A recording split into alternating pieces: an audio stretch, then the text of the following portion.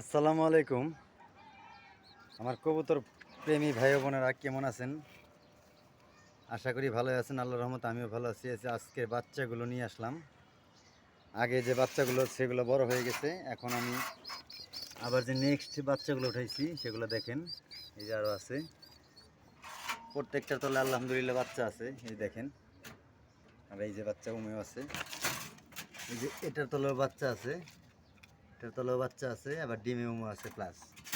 আর এই বাচ্চাগুলো বড় হয়ে গেছে, এগুলো নিয়ে যেতে হবে। যে বাচ্চা, এই সামনের দুইটাই বাচ্চা দেখেন, মাশাআল্লাহ আলহামদুলিল্লাহ সুন্দর হয়েছে বাচ্চাগুলো। ওই যে নিচেও বাচ্চা আছে, মার তলেও বাচ্চা আছে।